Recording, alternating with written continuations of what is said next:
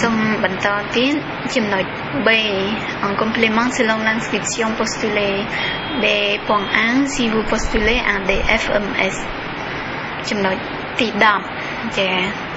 photocopie certifiée conforme de l'attestation officielle de l'autorisation d'exercice. En trang nâng cứ dân photocopie nhãn bản vì chạm bình định bạn nhãn bản để cho nằm thì của mỗi chừng mới có khám phàm xí có đôi khi đấy những photocopy bạn nhãn bản khảo sát từ xa để dân bạn riêng chọc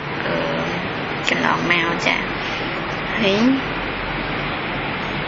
chúng nói thì đậm môi photocopie de la tradition en français de cette autorisation d'exercice nâng mình về dễ cho mùi nâng chúng nói thì đậm tê và sân dễ chúng nói thì đậm nâng nhãn bản để dân mình nâng cứ kết phơ mau chia phía xa khmai xuất dân thử vô tự bỏ trái chia phía xa bà rằng hãy chúng nói đập PA certificat de scolarité original pour l'année 2014-2015 nâng cứ certificat de scolarité dân thử tự sống nữ cái lại mà chỉ lại để dân bản riêng và khang về sát tự sống nơi khang mà chỉ lại về sát hay mà khang ở sát dân có tự sống nơi khang mà chỉ lại ở sát tự sát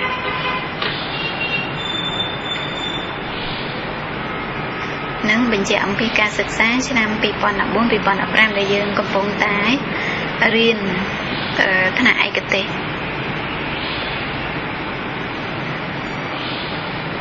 ហើយសូមបញ្ជាក់ផងដែរមាន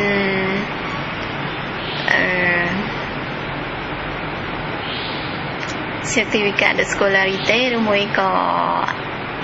certificat d'inscription en tant que l'étudiant en année universitaire 2014 ឬមួយ 2015 ហ្នឹងយើងអាចដាក់បាន certificat de scolarité ហើយ certificat d'inscription ហ្នឹងបើសិនជាគេអត់ត្រូវការទេយើងមិនបាច់ចាំដាក់ទេតែបើយើងមានហើយយើងអាចដាក់បន្ថែមបាននឹងសម្រាប់និស្សិតដែលកំពុងតែសិក្សាថ្នាក់ឯកទេសចាបន្តមក Annex en ensuite ចំណុច 12B គេត្រូវការ certificat de scolarité សម្រាប់ឆ្នាំសិក្សា 2014-2015 ជាភាសាបារាំងដូច្នេះនៅខាងលើបើសិនជាខាងគ្រឹះស្ថានដល់សិក្សាយើងឬក៏ខាងមហាវិទ្យាល័យយើងបានចេញ certificat de scolarité ជាភាសាបារាំងហើយមិនបាច់ចាំទៅបកប្រែទៀតទេលើកលែងតែជាភាសាខ្មែរចាហើយចំណុច 12C certificat de scolarité original pour toute inscription dans une université française pour 2014-2015 ចឹងគេក្រំបញ្ជាក់យើងទេតែ certificat de scolarité original ហ្នឹងគឺយើងប្រើសម្រាប់ការចុះឈ្មោះនៅក្នុងសាកលវិទ្យាល័យបារាំងសម្រាប់ឆ្នាំ 2014-2015 ចឹងដដែលទេចាហើយចំពោះ certificat de scolarité ហ្នឹងយើងអាចបើសិនជាយើងមានតែមួយច្បាប់យើងអាចយកទៅ photocopy ជាពណ៌បាន photocopy ជាពណ៌ឲ្យស្អាតទៅហើយយើងអាចទុកច្បាប់ដើមបានឬក៏យើងដាក់ច្បាប់ដើមទៅហើយយើងទុក photocopy ជាពណ៌ហ្នឹងព្រោះនៅក្នុងនេះក៏គេត្រូវការ certificat original ដែរហើយចំណុចទី 13 tout document officiel ministériel ou de la faculté confirmant la durée de la formation liée à l'annexe 1D មានន័យថា annexe 1D ហ្នឹងហើយដែលយើងបំពេញហើយសញ្ញាហើយអីចឹងយើងត្រូវយកមកដាក់ភ្ជាប់ជាមួយនឹងឯកសារ DMS របស់យើងចាឥឡូវហ្នឹងចំណុច B.2 si vous postulez en DFMSA ឥឡូវនេះនិយាយអំពីបេក្ខជន DFMSA វិញម្ដងចំណុចទី 14 គឺយើងត្រូវមាន photocopy សញ្ញាបត្រឯកទេស ខាងវិទ្យាសាស្ត្រឬក៏ខាងឱសថសាស្ត្របើសិនជាយើងចង់ដាក់ពាក្យខាង DFMSR ហើយចំណុចទី15បើសិនជាសញ្ញាបត្រនឹងវាយជាភាសាខ្មែរសុទ្ធយើងត្រូវទៅយកទៅបកប្រែជាភាសាបារាំងចាតែបើសិនជាមានbilang ជា diploma bilang មានជាពីរភាសានៅលើសញ្ញាបត្រហ្នឹងមានភាសាខ្មែរផងភាសាបារាំងផងឬក៏ភាសាអង់គ្លេសផងយើងបាច់ចាំបកប្រែទៀតទេចាហើយចំណុចទី6 photocopie certifié de l'attestation officielle de l'autorisation d'exercice de la profession de médecin ou de pharmacien spécialiste délivré par les autorités compétentes du pays d'origine ou du pays d'obtention du diplôme ou du titre ចំណុចកន្លែងហ្នឹងចំពោះអ្នកដែលជាបេក្ខជន DFMSR ហ្នឹងគឺត្រូវតែមាន photocopy នៃលិខិតបញ្ជាក់អំពីការអនុញ្ញាតឲ្យយើងប្រកបមុខរបរវិជ្ជាជីវៈជាឯកទេសអសតការីឯកទេសឬក៏ខាងគ្រូពេទ្យឯកទេសនៅក្នុងប្រទេសយើងចំណុច 17A បើសិនជាឯកសារនេះជាភាសាខ្មែរត្រូវបកជាភាសាបារាំងចាដដែលទេហើយចំណុច 17B យើងត្រូវមាន certificat de scolarité originale pour toute inscription dans une université française ou étrangère pour l'année 2014-2015 ដូច្នេះចំណុច 17B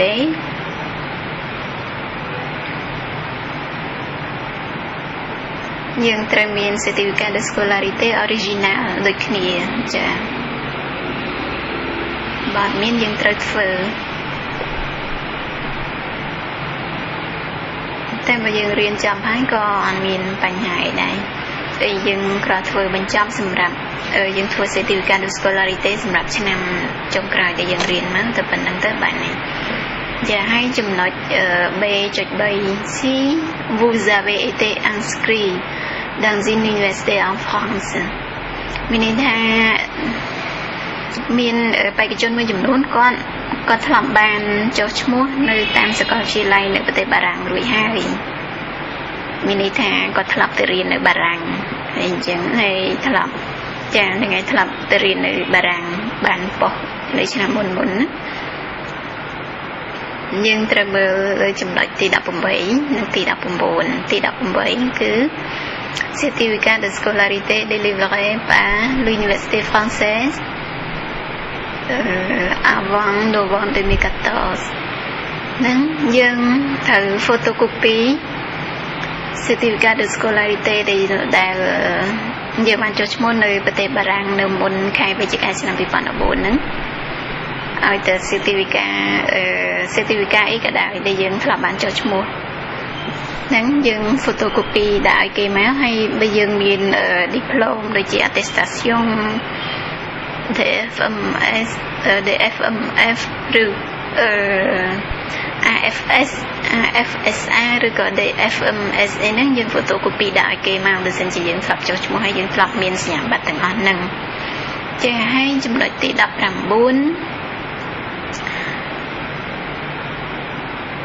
photocopie certifiée conforme de l'attestation de réussite pour chaque diplôme obtenu en France មានន័យថាមានការសិក្សាខ្លះគេអត់ validate ឲ្យយើងទេដូចជាយើងខ្វះយើងអវត្តមានបានទៅចុះកម្មសិក្សាអីហ្នឹងគេអត់ validate អត់ចេញជា attestation de réussite ឲ្យយើងទេតែបើសិនជាយើងមាន attestation បញ្ជាក់ចុងក្រោយថាយើងបាន accompli បានបំពេញឯកចាប់សពគ្រប់ហើយនឹងយើង photocopy ឲ្យគេអញ្ចឹងគឺដូចគ្នាទេដោយតែអ្វីដែលខ្ញុំបានជម្រាបនៅក្នុងចំណុចទី18ចាឥឡូវយើងមើលទៅចំណុច C វិញម្ដង C vous êtes sélectionné dans le cadre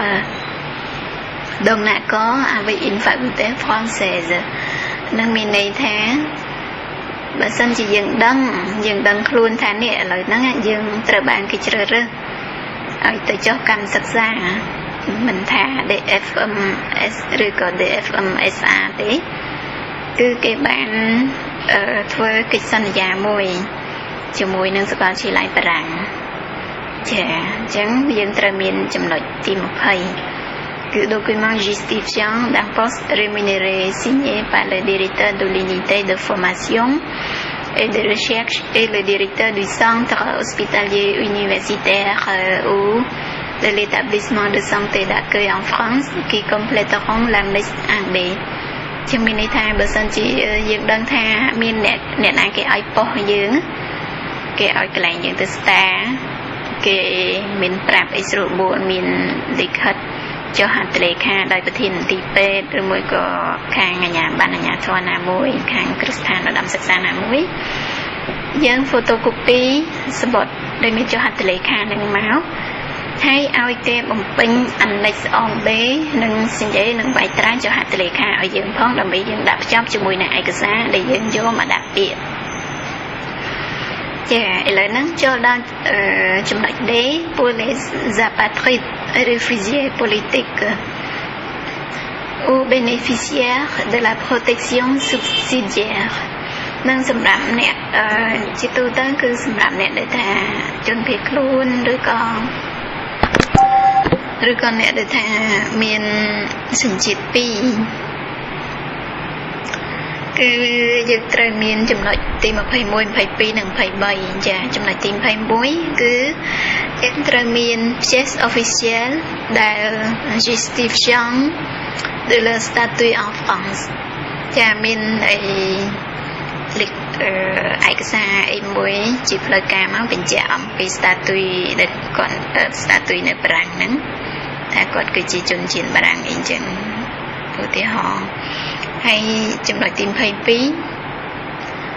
à défaut des pièces 4 5 8 9 10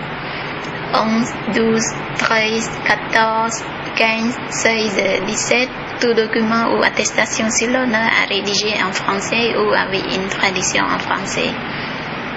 នឹង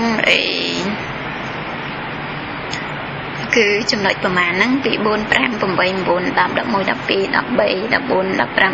17ហ្នឹងគឺត្រូវបកប្រែជាភាសាបារាំងព្រោះអ្នកខ្លះមិនមែនសញ្ជាតិបារាំងទៅមួយជួនកាលសញ្ជាតិអូស្ត្រាលីឬក៏សញ្ជាតិអាមេរិកអីចឹងចាយើងត្រូវឯកសារដែលថាជាភាសាផ្សេងចឹងមកជាភាសាខ្មែរជាភាសាអីយើងបកប្រែជាភាសាបារាំងដូចគេដែរហើយចំណុច23 le cas échéant les justificatifs 18 et 19 pour ceux ayant pris une inscription en AFS ou AFSA en France ចំណុចទី20ហ្នឹង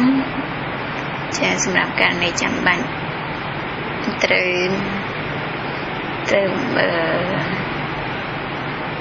សម្រាប់អ្នកដែលតាមបានចុះឈ្មោះ AFS ឬក៏ AFSA ចា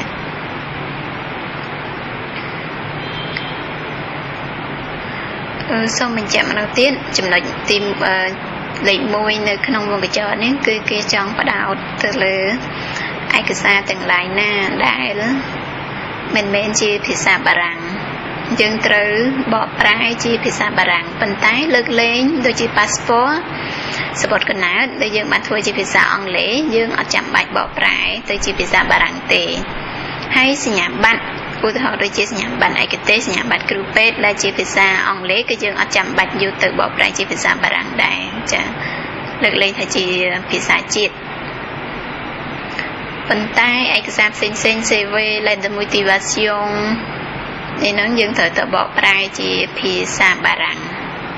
យើងត្រូវទៅធ្វើជាភាសាបារាំង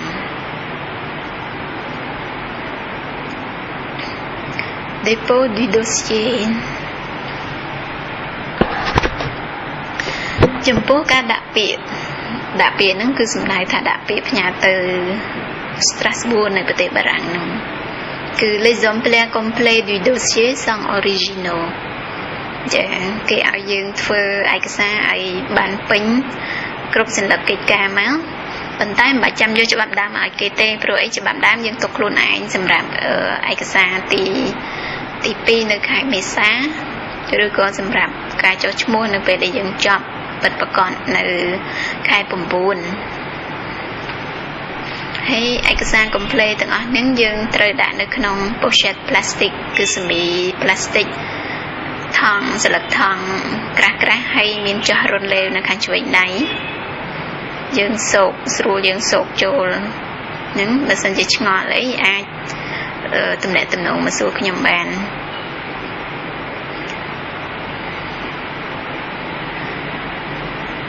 ហើយចំពោះបេក្ខជនដែលរស់នៅក្រៅប្រទេសបារាំងនៅខែមករា2015មានន័យថាបេក្ខជនក្រៅប្រទេសបារាំងគឺយើងនៅស្រុកខ្មែរទាំងអស់គ្នាហ្នឹងគឺត្រូវដាក់ពាក្យតាមរយៈស្ថានទូតបារាំងប៉ុន្តែដោយឡែកយើងយកតែឯកសារហ្នឹងយកមកដាក់នៅខាងខ្ញុំខាងហ្នឹងហើយហ្នឹងអត់មានបញ្ហាទេបើសិនមានចម្ងល់សូម commentaire សួរខ្ញុំបាន Pour les candidats justifiant d'une résidence en France en janvier 2015 et les personnes justifiant du statut d'apatride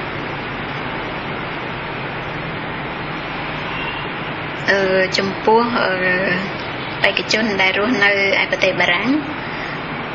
គឺត្រូវប្រទេសបារាំងឬមួយក៏នឹងមនុស្សដែលដូចជាជនភៀសខ្លួនអីហ្នឹងគឺយើងត្រូវផ្ញើពាក្យមកកាន់សាកលវិទ្យាល័យ Strasbourg ដើម្បីធ្វើការចុះឈ្មោះចាបន្តមកទៀតយកមើល Annex au dossier de candidature des FMS ou des FMSA អញ្ចឹងយើងបញ្ជាក់ម្ដងទៀតនៅពេលដែលយើងមកដាក់ពាក្យបេក្ខជនដែល FMS ឬក៏បេក្ខជនដែល FMSA ហ្នឹងគឺយើងត្រូវមានឯកសារផ្សំមកជាមួយដូចជា Annex អង A Annex អង B Annex អង C Annex អង D សម្រាប់បេក្ខជន DFMS Annex អង D សម្រាប់បេក្ខជន DFMSA Annex អង E អង F អង G អង H អង E អង G អង K ចា Annex អង E នេះមាន première partie et deuxième partie គ្រាន់តែកំណត់អំពីកូដនៃ DFMS និង DFMSA នឹងកន្លែងដែលថាគេផ្ដល់ប៉ុស្តិ៍ឲ្យព្រោះក្រៅពីឯកទេសដែលមាននៅក្នុង codification list ហ្នឹងគឺទូយើងដាក់ពាក្យទៅក៏គេអត់មានកន្លែងឲ្យយើងចុះស្តារដែរចា៎បន្តមកសូមបញ្ជាក់បន្តិចចំពោះ Annex អង D DFMSA គឺគេនិយាយអំពី relevé détaillé du cursus de spécialité effectué à ce jour en dehors de la France candidat au DFMSA ចា៎នេះគេនិយាយអំពីប្រតិបត្តិបន្ទុកដែលយើងរៀន cursus ឯកទេសហ្នឹងដែលបានបញ្ចប់ទៅហើយចា៎ដូច្នេះយើងបំពេញមក peut être remplacé par une attestation officielle délivrée sous une autre forme par la faculté ជួនកាលប្រហែលជាខាងសាកលវិទ្យាល័យឬក៏មហាវិទ្យាល័យដែលគាត់ធ្លាប់រៀនថ្នាក់ឯកទេសមកហ្នឹងគេអាចមាន form មួយទៀតអញ្ចឹងហើយគាត់យក form ហ្នឹងមកដាក់ដើម្បីជំនួស Annex អង D ហ្នឹងក៏បានដែរចា៎ប៉ុន្តែជាការល្អយើងអាចបំពេញបន្ថែមឲ្យយកជូនគាត់សញ្ញាយកខាងយកទៅជូនមហាវិទ្យាល័យគាត់សញ្ញាបន្ថែមកាន់តែជាការល្អដូច្នេះឥឡូវយើងមើលមកថាត្រូវបំពេញមិន Je suis signé យើងដាក់ nom et prénom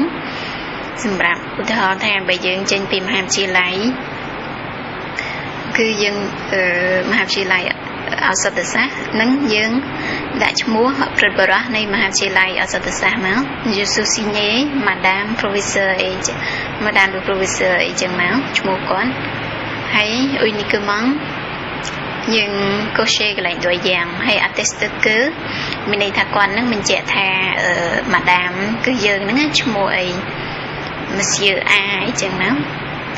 នៃលើគឺថ្ងៃខែឆ្នាំកណាត់យើងដាក់មកហើយនៅខែ នៅខេត្តឬក៏ទីក្រុងកំណើតយើងអានោះហើយក្នុងមុខកញ្ចក់គឺដាក់ប្រទេសកម្ពុជាobtenu le diplôme de docteur en médecine ឬ en pharmacie យើងគូសមកអង្គ date du មានន័យថាយើងទទួលបានបញ្ញាបត្រពេទ្យបញ្ញាបត្រខាងអសត់ហ្នឹងនៅថ្ងៃណាយើងដាក់មកអង្គ date du 1er janvier 2010អញ្ចឹងមក auprès de la faculté de ឈ្មោះអីខាង pharmacie ឬក៏ médecine អញ្ចឹងមកឲ្យដាក់ Cambodge a commencé la spécialité de intitulé exact diplôme d'études spécialisées អញ្ចឹងមកឧទាហរណ៍ហើយអង្គ qualité de សំទោសកន្លែង a commencé la spécialité de កន្លែង intitulé គឺយើងអាចដាក់បានDES បើសិនយើងរៀន diplôme d'études spécialisées យើងដាក់ DES de biologie médicale អញ្ចឹងមកឬមួយក៏ de pneumologie អញ្ចឹងអង្គ qualité de l'étudiant ចាតែដាក់អង្គ qualité de l'étudiant interne à la date du មានន័យថាយើងចាប់ផ្ដើមពីពេលណាយើងចាប់ផ្ដើមថ្នាក់ឯកទេសហ្នឹងនៅថ្ងៃណាខែណាឆ្នាំណាយើងដាក់មកហើយគឺនៅតាំងពី première année មក à la date du ហ្នឹងគឺដាក់ពីការបរិច្ឆេទនៃ première année DES យើងហ្នឹង a obtenu le diplôme de médecin spécialiste ឬមួយក៏ de pharmacien spécialiste dans la spécialité de ចាសម្រាប់ pharmacien spécialiste យើងដាក់មក spécialité យើងឈ្មោះអីគេឧទាហរណ៍ biologie យើងដាក់ biologie médicale ចឹងមក à la date du នៅពេលណាចា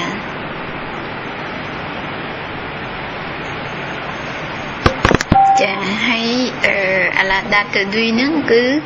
មានន័យថាការបរិច្ឆេទនៃការទទួលសញ្ញាបត្រឯកទេសរបស់យើងហ្នឹងអញ្ចឹង à la date du 15 janvier 2013អីគេនៅណានៅ faculté ដាក់នៅ faculté ឬក៏ université ដាក់ឈ្មោះមកដាក់ឈ្មោះពេញរបស់សាកលវិទ្យាល័យយើងAu 15 janvier 2015, l'intéressé a effectué les stages hospitaliers spécialisés détaillés dans l'annexe 1E ដូច្នេះទីទៀតយើងត្រូវទៅបំពេញអានិចអង្គទាំងអស់គ្នាតែចំពោះអានិចមួយនេះគឺយើងដាក់ថ្ងៃខែមកហើយដាក់ FA ភ្នំពេញលើគឺថ្ងៃដែលគាត់សញ្ញេអញ្ចឹងយើងបំពេញរួចហើយយើងយកជូននៅខាងមហាវិទ្យាល័យយើងជូនគាត់សញ្ញេហើយ PJ piège គឺ relevé détaillé des semestres et annexe បើសិនជាយើងធ្វើ transcription de note ឬមួយក៏ប្រតិបត្តិបន្ទុតនយើងថែមប្រតិបត្តិបន្ទុមកផងតែបើធ្វើអត់តន់ទេក៏ឲ្យចុះឲ្យតែមានអានិចអានិចគឺសម្រាប់បេក្ខជនទាំងពីរភេទចាទាំងពីរចំណុច DFMS និង DFMSA relevé détaillé des semestres de stage de spécialisation validé au 15 janvier 2015 ចឹងគឺនិយាយអំពីប្រតិបត្តិលំអិតចានិយាយពីចំណុចលម្អិតនៃការចុះកម្មសិក្សារបស់យើងថ្នាក់ឯកទេសហ្នឹងនៅរហូតមកដល់ថ្ងៃទី15ខែមករាឆ្នាំ2015 à compléter et assigner pas seulement le doyen de la faculté de médecine de laquelle vous relevez ចាដូច្នេះចំពោះអ្នកឯកទេសខាងឱសថខាង biologie médicale បើអត់មាន star hospitalier យើងមិនចាំពេញក៏បានដែរព្រោះអត់មានអីត្រូវពេញប៉ុន្តែយើងអ្នកដែលថាមាន star hospitalier ខាង medicine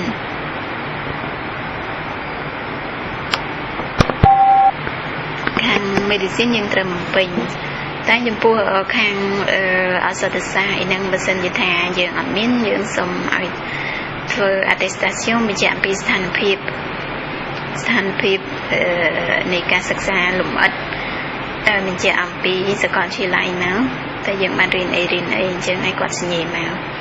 ចាអញ្ចឹងឥឡូវយើងត្រឹមពេញបែបម៉េចសូមមើលតរទៀត Je suis signé madame ou monsieur សម្រាប់គាត់ឈ្មោះរបស់គាត់ជាប្រិទ្ធបរិះចឹងមកឲ្យ cocher doyen de la faculté de médecine ដាក់ឈ្មោះ faculté de médecine អីចឹងមកហើយឬមួយក៏គាត់មានជា doyen គាត់ជា vice doyen អីចឹងយើងដាក់ vice doyen de la faculté de médecine ឬមួយក៏ qualité ou fonction vice doyen chargé des relations internationales សូមគ្រាន់តែជាឧទាហរណ៍ចា atteste que បញ្ជាក់ថាយើងនេះឈ្មោះអីយើងដាក់ឈ្មោះយើងមក postulant la spécialisation de យើងដាក់ពាក្យសំដាក់ពាក្យឯកទេសខាងអីគេទៅបារាំងហ្នឹងណាបើសិនជា DMS ខាង pneumology យើងដាក់ pneumology មក DMS ខាង pneumology ក៏ដាក់មកពូ Indirator យើងសុំទៅស្តារនៅស្រុកគេហ្នឹងនៅប្រទេសបារាំងហ្នឹងចំនួនប្រហែលឆ្នាំចាពូ Indirator année de formation pratique qu'elle terminera le ចាយើងចង់ទៅប្រហែលឆ្នាំសម្រាប់កម្មដំណើរផ្នែកអនុវត្តហ្នឹង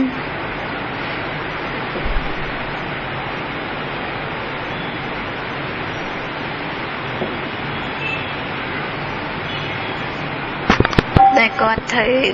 ចាកន្លែងនេះ formation pratique ដែលគាត់ត្រូវបញ្ចប់នៅថ្ងៃណាខែណាឆ្នាំណាហើយគាត់បានចាសូមបន្តទៀត effectué au 1er janvier 2015 les stages hospitaliers de spécialité suivants នឹងមានន័យថាយើងរហូតមកដល់ថ្ងៃទី1ខែមករាឆ្នាំ2015ហ្នឹងយើងបានចុះកម្មសិក្សាតាមនីតិពេទ្យកម្មសិក្សាហ្នឹងគឺកម្មសិក្សាថ្នាក់ឯកទេសរបស់យើងណាចាប់ពីឆ្នាំទី1ថ្នាក់ឯកទេសរបស់យើងហ្នឹងយើងបានធ្វើកម្មសិក្សាតាមនីតិពេទ្យអ្វីខ្លះចាហើយយើងបំពេញនៅក្នុង tableau ហ្នឹងគឺ numéro stage ឃើញទេមាន premier stage deuxième stage អីចឹងហោហាយមកហើយ date de début ចាចំពោះកម្មសិក្សាទី1យើងចាប់ផ្ដើមនៅពេលណាយើងដាក់មកថ្ងៃខែហើយឆ្នាំតែបើយើងអត់ស្គាល់ឆ្នាំយើងដាក់តែខែមកក៏បានដែរចានឹងធ្វើម៉េចបើយើងអត់មានព័ត៌មានហើយបន្តមក date de fin គឺ date de fin de premier stage នឹងនៅថ្ងៃណាខែណាឆ្នាំណាយើងមកពេញកន្លងហ្នឹងមកហើយបន្តមកទៀត dire en mois ចាបើគិតជារយៈពេលខែចាទៅវាប្រហែលខែបើអាងmoisយើងដាក់អាងmoisអញ្ចឹងណាហើយ service ដាក់គឺនៅ service ណាដែលគេបានទទួលឲ្យយើងចុះកម្មសិក្សាហ្នឹងបើសិនជា service anesthesie យើងឬមួយក៏ service urgent យើងដាក់ urgent hospital ឧទាហរណ៍ថាយើងបានចុះកម្មសិក្សានៅកាឡាម៉ែតយើងដាក់កាឡាម៉ែត Will ភ្នំពេញ PE កម្ពុជាកន្លែង PE យើងដាក់ទៅកម្ពុជាអញ្ចឹងហោហាយមកបើសិនជាយើងធ្វើទៅកម្មសិក្សានៅប្រទេសខ្មែរយើងចាហើយ Will ហ្នឹងបើសិននៅភ្នំពេញសិនយើងដាក់ទៅភ្នំពេញអញ្ចឹងមកលើកលែងទៅថាអ្នកខ្លះធ្វើនៅខេត្តនៅអីនៅប្រទេសនេះប្រទេសនោះអញ្ចឹងយើងដាក់តាមហ្នឹងអញ្ចឹងដូចគ្នាទេ deuxième stage ហ្នឹងយើងចាប់ផ្ដើមពីថ្ងៃណាខែណារយៈពេលប៉ុន្មានយើងជាបំពេញខ្លួនឯងហើយហោហាយមកចាហើយវាបញ្ចប់ត្រឹម star ទីប្រហែលយើងធ្វើត្រឹមហ្នឹងទៅហើយអត់មានតម្លៃបញ្ចូលទៅទៀតយើងទុកចោលទុកកន្លងសអញ្ចឹងមក total des mois de stage effectué បើសរុបជាខែចាយើងសាំយើង total វាមក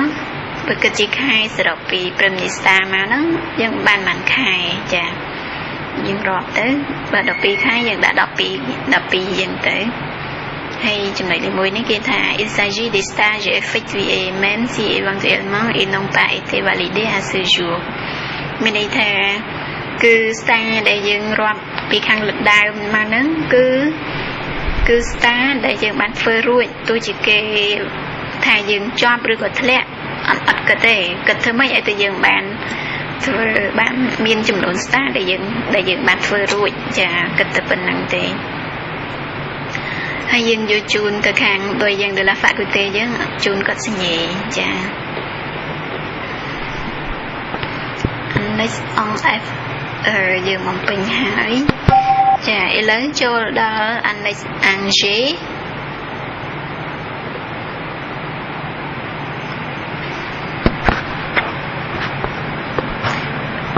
សូម